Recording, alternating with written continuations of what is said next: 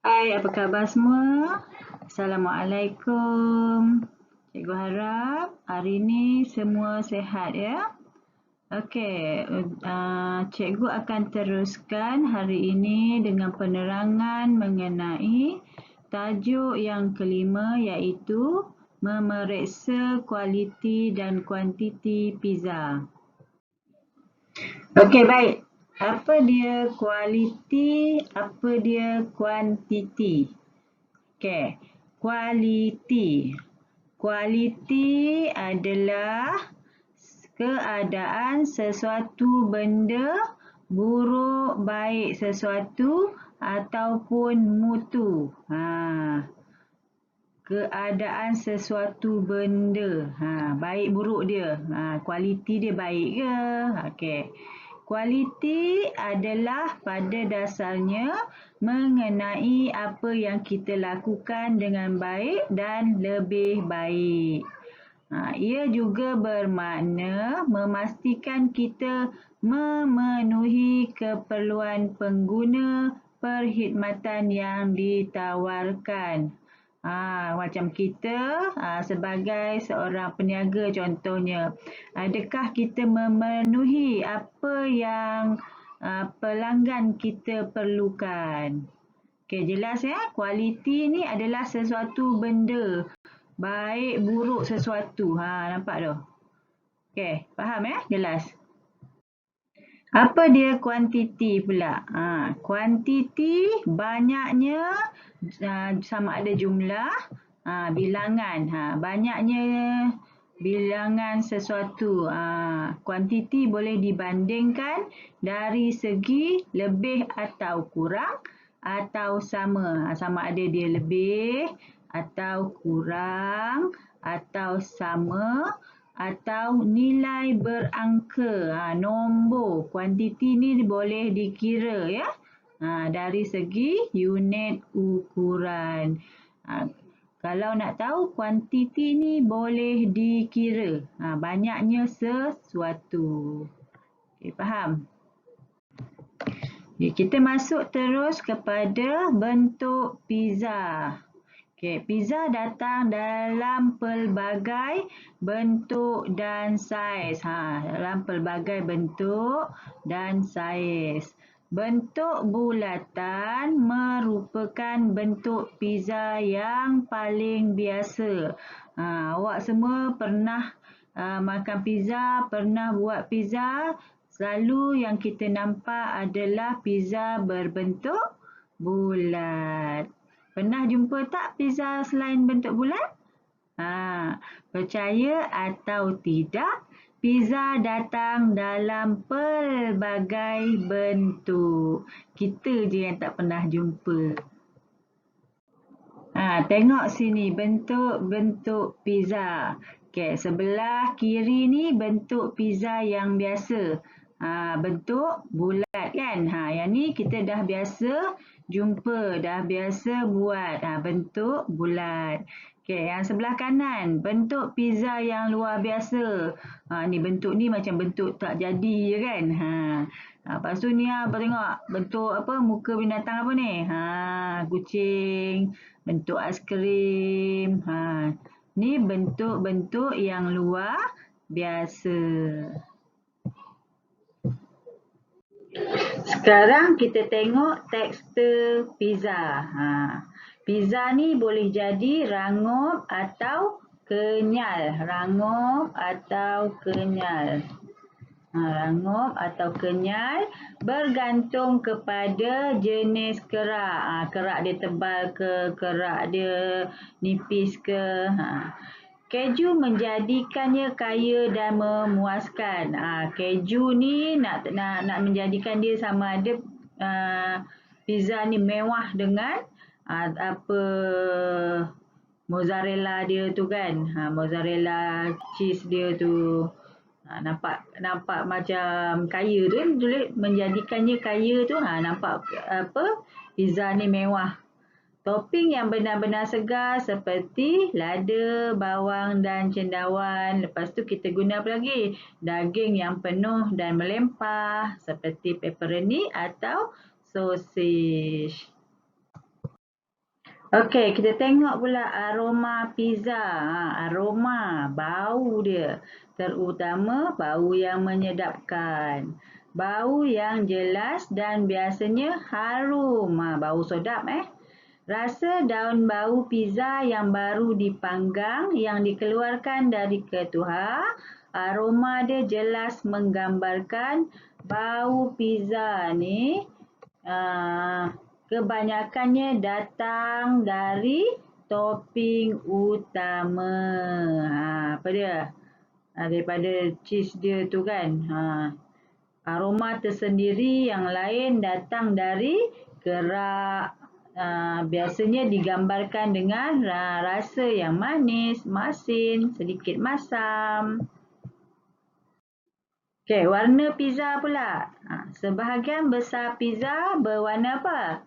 Selalu kita buat dia punya, kita guna sos kan, sos warna merah. Jadi sebahagian besar pizza adalah berwarna merah kerana sos tomato yang menjadi asas kepada pizza.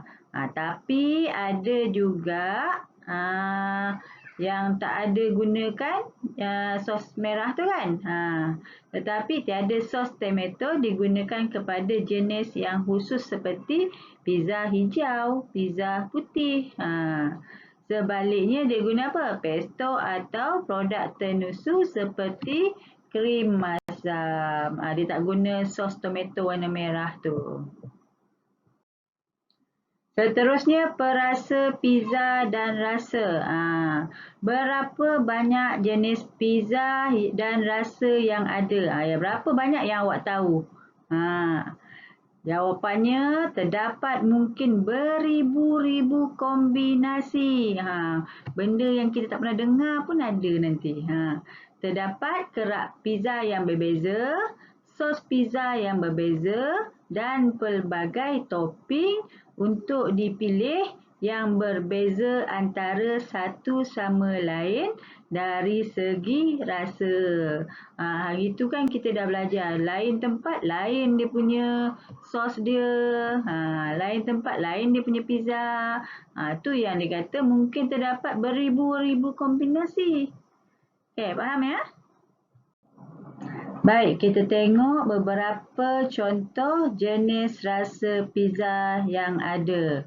Tak adalah nak tayang apa, nak tunjuk beribu-ribu jenis kan. Kita tunjuk beberapa jenis. Okey, yang pertama brick oven pizza. Apa dia pula brick oven pizza ni? Brick oven pizza ni dia guna ketuha butter, kayu bakar, memberikan rasa yang istimewa untuk pizza. Ketuha butter ni adalah untuk membakar pizza gaya Neapolitan. Ni macam traditional punya pizza kan. Batu butter ketuha pizza hanya berdiameter sekitar 10 inci, nipis dan ringan di bahagian atas kerana ia dimaksudkan untuk memanggang di dalam 1 atau 2 minit je. Dia panggang sekejap je, tak lama. Okey, seterusnya gaya pan pizza. Gaya ni dapat nama sebab dimasak dalam kuali. Tengok ni dia guna kuali ni. Tetapi ada lebih daripada tu. Mungkin ada pelbagai jenis kuali kot. Kuali ni mempunyai minyak di dalam yang menggoreng lapisan bawah adunan sehingga menjadikannya ringan dan rasa sedikit berbeza daripada pizza panggang konvensional. Dough dia agak tebal sebab dough mengembang dalam kuali sebelum dibakar. Cara dia ni, apa yang saya tengok dalam YouTube, dia panaskan dulu kuali ni dalam oven dalam beberapa minit kan. Dia panaskan kuali saja. Lepas tu dah panas kuali, dia keluarkan kuali ni, baru dia tepek-tepek dough pizza dalam kuali. Tengah-tengah panas tu, tepek pizza. Lepas tu baru letak dia punya sos, letak topping. Itu yang dia naik dough tu jadi tebal. Sebab dia dah panas kat situ. Lepas dah tu baru dibakar. Okey, nampak? Okey, yang ni pula pizza Yunani. Pizza Yunani ni merupakan hidangan yang sangat lazat dan sihat. Kalau peminat masakan tradisional, dia suka pizza Yunani. Cara dia masak tak jauh berbeza dengan pizza Itali, tapi ada perbezaan dia. Yang ni pizza Itali dia. Pizza Itali ni terdiri dari kerak roti yang dibakar dalam ketuhar. Dia bentuk bulat, rata. Lepas tu macam biasalah topping dengan sos tomato, keju atau sosis. Kemudian ditambah dengan topping-topping lain. Okey, gambar ni pizza New York Pizza. Dibuat dalam ketuhar pembakaran arang batu yang sejuk daripada ketuhar bata. Jadi pizza ni mengambil masa lebih lama untuk masak dan boleh menjadi lebih besar. Pizza ni besar. Yang ni pula stuffed crust pizza. Adalah pizza dengan keju dan mungkin topping lain yang dimasukkan ke dalam kerak. Ni maksud dia ni kerak ni dekat sini yang keliling ni kan. Ni. Nampak tak dia ada lubang ni. Dekat sini dimasukkan cheese, masukkan keju. Hari tu kita ada pernah buat sekali kan. Dia boleh juga disumbatkan dengan topping-topping yang lain. Pizza kerak yang disumbat dipopularkan oleh Pizza Hut yang memulakan gaya pizza ni pada tahun 1995. Lama dah. Kita je baru tahu kan. Okey, yang ni thick crust pizza. Pizza kerak tebal.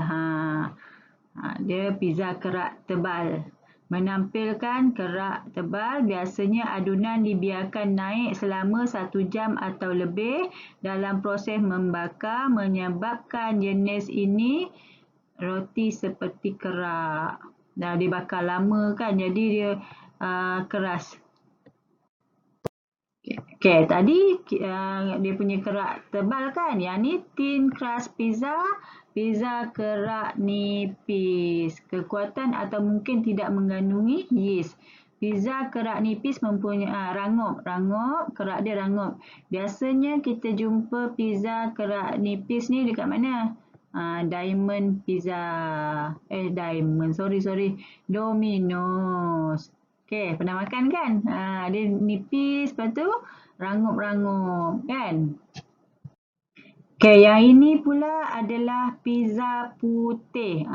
Jarang kita jumpa kan? Dikenali sebagai pai putih. Merupakan pizza gaya Itali yang tidak menggunakan sos tomato. Dia tak pakai. Tidak menggunakan sos tomato.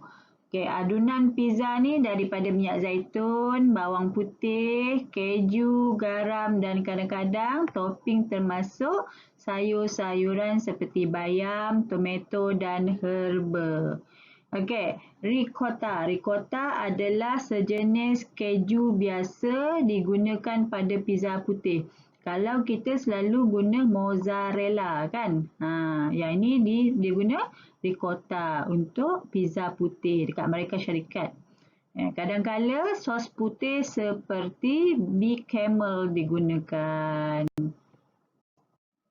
Okey, tadi dah saya tunjukkan beberapa contoh jenis pizza kan. Sekarang kita masuk pada penampilan pizza. Pizza tradisional biasanya bulat.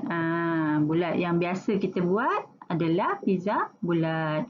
Atau kadang-kadang, tengok, kadang-kadang persegi. Ada yang buat petak. Ada, bukan tak ada. Dibentuk dengan kerak luar yang bersempadan dengan keju dan pelbagai topping. Kerak luar tu maksudnya yang tepi-tepi keliling dia tu. Lepas tu ada pula sepadan tu sebelah dia, tengah-tengah dia tu keju dan pelbagai topping seperti pepperoni, sosis, cendawan, buah zaitun, ada juga yang guna ikan bilis dan pelbagai lagi. Kita masuk pada tajuk faktor yang menyumbang kepada kualiti dan kuantiti pizza ni. Apa faktor yang menyumbang? Ada dua. Yang pertama, proses penyediaan dia. Kemudian yang kedua, suhu pembakaran pizza. Okey, proses penyediaan pizza. Okey, pengeluaran pizza pada skala yang besar maksud dia pengeluaran yang banyak ya. Biasanya kita buatkan dough beku, frozen. Kita buat frozen. Ciri-ciri pengendalian yang betul adalah penting untuk mengekalkan ketebalan dough. Ciri-ciri pengendalian dia penting sebab nak mengekalkan ketebalan dough yang konsisten dan tekstur tanpa koyakan. Kemudian tidak kurang pentingnya, tiada apa-apa pengecutan dough pizza. Ingat tak masa kita awal-awal belajar buat dough pizza tu kan, kita tepek-tepek kat loyang, kecut. Tak betul tu caranya kan. Sekarang dah tak ada kan.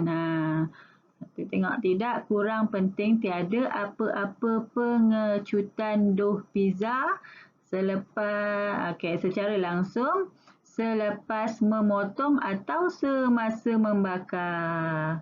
Jelas? Yang kedua, suhu. Pizza biasanya dibakar pada suhu 232 darjah Celsius selama kira-kira 15 minit atau sehingga keju cair, menggelagak cair ya. Menggunakan ketuhar yang biasa. Jika ketuhar batu tu biasanya digunakan di restoran, suhu digunakan adalah lagi tinggi 315 darjah Celsius.